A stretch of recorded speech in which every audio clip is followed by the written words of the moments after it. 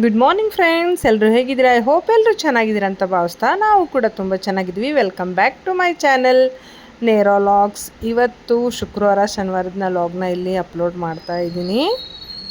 ಇದೇ ಹೊಸ ಜಿಮ್ಮು, ಇನ್ನೂ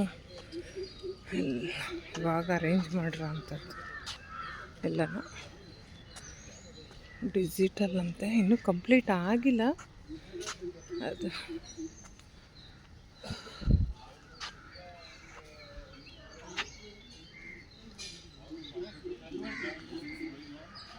ಡಿಜಿಟಲ್ ಅಂತ ಹೇಳಿದ್ನಲ್ಲ ನೋಡಿ, ನಾವು ಸೈಕ್ಲಿಂಗ್ ಮಾಡಿದ್ರೆ ಅದು ಕೌಂಟ್ ಆಗುತ್ತೆ, ಅದೇ ತಗೊಳುತ್ತೆ ಕೌಂಟಿಂಗು ಎಷ್ಟು ಏನು ಅಂತ. ಚೆನ್ನಾಗಿದೆ, ಹೊಸ್ದಾಗಿದೆ, ನೋಡುವ.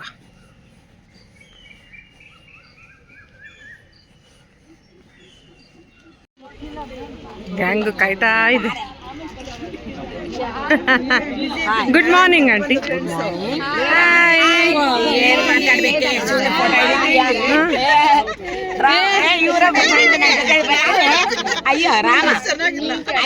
ನಿಮ್ಮನ್ನ ಅಲ್ಲಿ ನೋಡ್ದೆ ಅಲ್ಲ ನಾನು ನಿಮ್ಮನ್ನ.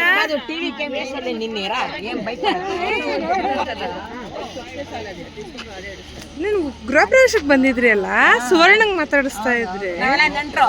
ಹೌದಾ aunty? Good morning. Good morning.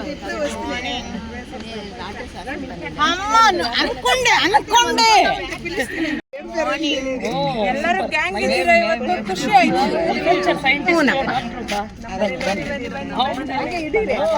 ನೀನು ಕೊಠಡಿ ಬಾಬಾ ಇರ್ಲಿ ಇರ್ಲಿ ಇರ್ಲಿ.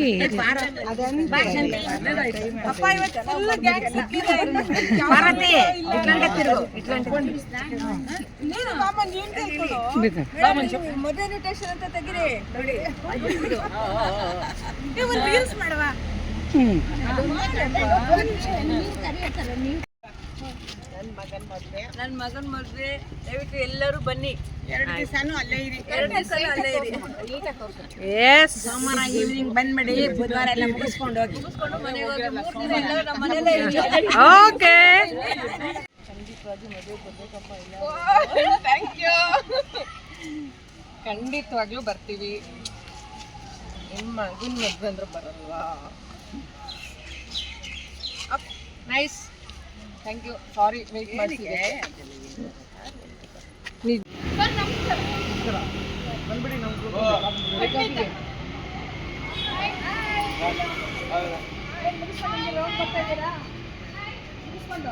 Hi hi hi.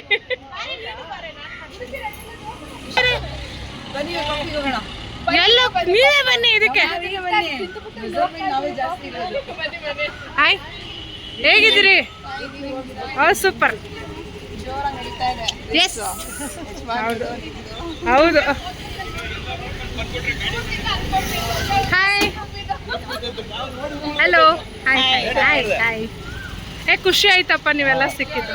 ಹೇಳಿ, ನೇರಾ ಲಾಗ್ಸ್ ನ ಸಬ್ಸ್ಕ್ರೈಬ್ ಮಾಡಿ ಅಂತ ಹೇಳಿ. ನೇರಾ ಲಾಗ್ಸ್ ಸಬ್ಸ್ಕ್ರೈಬ್ ಮಾಡಿ. ಇವರು ಮಂಜುಳಾ ಅಂತ, ಅವ್ರ ಮಗನ ಮದುವೆ ಅಂತ ಎಲ್ಲರಿಗೂ ಇನ್ವಿಟೇಷನ್ ಕೊಡೋಕ್ಕೆ ಅಂತ ಬಂದಿದ್ದರು. ಬೆಳಗ್ಗೆ ಎಲ್ಲರೂ ಸಿಗೋದಿಲ್ಲ ಅಂತ ಹೇಳಿಬಿಟ್ಟು ಪಾಪ ಎಲ್ಲರೂ ಒಟ್ಟಿಗೆ ಬನ್ನಿ, ನಾನು ಪಾರ್ಕಲ್ಲೇ ತಂದು ಇನ್ವಿಟೇಷನ್ ಕೊಡ್ತೀನಿ ಅಂತ ಬಂದು ಎಲ್ಲರನ್ನೂ ಪ್ರೀತಿಯಿಂದ ಕರೆದು ಮಗನ ಮದುವೆಗೆ 3 ದಿನ ಇರಿ ಬಂದು ಅಂತ ಹೇಳಿ ಎಷ್ಟು ಚೆನ್ನಾಗಿ ಕರೆದ್ರು ಅಂದರೆ, ಅದಲ್ವ ಸಂಸ್ಕಾರ ಅಂದರೆ. ಒಂದು ಕಾರ್ಯ ಮಾಡ್ತಾಯಿದ್ದೀವಿ ಅಂದಾಗ ಆ ಥರ ಕರಿಬೇಕು. ಮದುವೆ ಆದಾಗಲೇ ಹೇಳಿದರು, ಆಮೇಲೆ ಮರ್ತುಬಿಡ್ತಾರೆ ಅಂತ. ಇನ್ನು ನಾಳೆ ನಾಳಿದ್ದಿದೆ ಅಂದಾಗ ಬಂದು ಇನ್ವಿಟೇಷನ್ ಕೊಟ್ಟಿದ್ದಾರೆ. ಇನ್ನೊಂದೇನೆಂದರೆ ವಾಟ್ಸಪ್ಪಲ್ಲೂ ಗ್ರೂಪಲ್ಲೂ ಹಾಕಿದ್ದಾರೆ. ಅವರು ಪ್ರೀತಿಯಿಂದ ಅಷ್ಟು ಕರೆದಾಗ ನಮಗಂತೂ ತುಂಬ ಖುಷಿ. ಅದೇ ಅಲ್ವಾ ಗೌರವ ಅಂತ ಹೇಳೋದು. ಒಂದು ಸತಿ ಮದುವೆ ಮಾಡಬೇಕಂದ್ರೆ ಆ ಒಂದು ಮನೋಭಾವ ಬೆಳೆಸ್ಕೊಬೇಕು, ಎಲ್ಲರೂ ಪ್ರೀತಿಯಿಂದ ಹೋಗಿ ಕರಿಬೇಕು ಅನ್ನೋದನ್ನು. ಖುಷಿ ಆಯಿತು.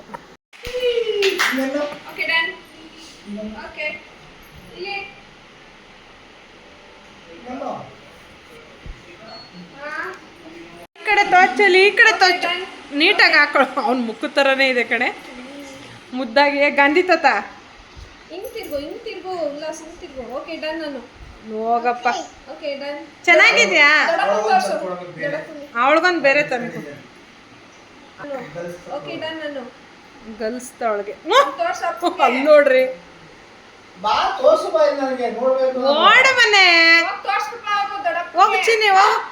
ಥ್ಯಾಂಕ್ ಯು ಹೇಳ್ಬಿಟ್ಟು ಬಾ ಹೋಗು. ಥ್ಯಾಂಕ್ ಯು ಹೇಳು. ಹೋಗು. ಚಿಂದ. ಅಲ್ಲೋಡ ಅಪ್ಪಂಗೆ ತೋರ್ಸು ಹೋಗ್ಲಿ. ಇನ್ನು ನಾವು ನಮ್ಮ ತಂಗಿ ಸ್ವಲ್ಪ ನರಸೀಪುರಕ್ಕೆ ಹೋಗಬೇಕಿತ್ತು. ಅಲ್ಲಿ ದೇವಸ್ಥಾನ ಇದೆ, ತಿರುಮಕೂಡು ನರಸಿಂಹಸ್ವಾಮಿ ದೇವಸ್ಥಾನ. ಅಲ್ಲಿ ಏನು ವಿಶೇಷತೆ ಅಂದರೆ ಈ ಅಲ್ಲಿ ಎಲ್ಲ ಬಿದ್ದಿರುತ್ತಲ್ಲ ಮೈ ಮೇಲೆ ತಲೆ ಮೇಲೆ, ಅದು ದೋಷ ಇರುತ್ತೆ. ಅದನ್ನು ಕಳಿಬೇಕು ಅಂದರೆ ಈ ಒಂದು ದೇವಸ್ಥಾನದಲ್ಲಿ ಹೋಗಿ ಕಳಿಯೋ ಅಂಥದ್ದು. ಅಲ್ಲಿ ಪ್ರತಿಷ್ಠಾಪನೆ ಮಾಡಿರ್ತಾರೆ ಮೇಲ್ಗಡೆ. ಅಲ್ಲಿ ಮುಟ್ಟಿ ನಾವು ಬಂದರೆ ಅದು ದೋಷ ಕಳಿಯುತ್ತೆ ಅಂತ. ಇದು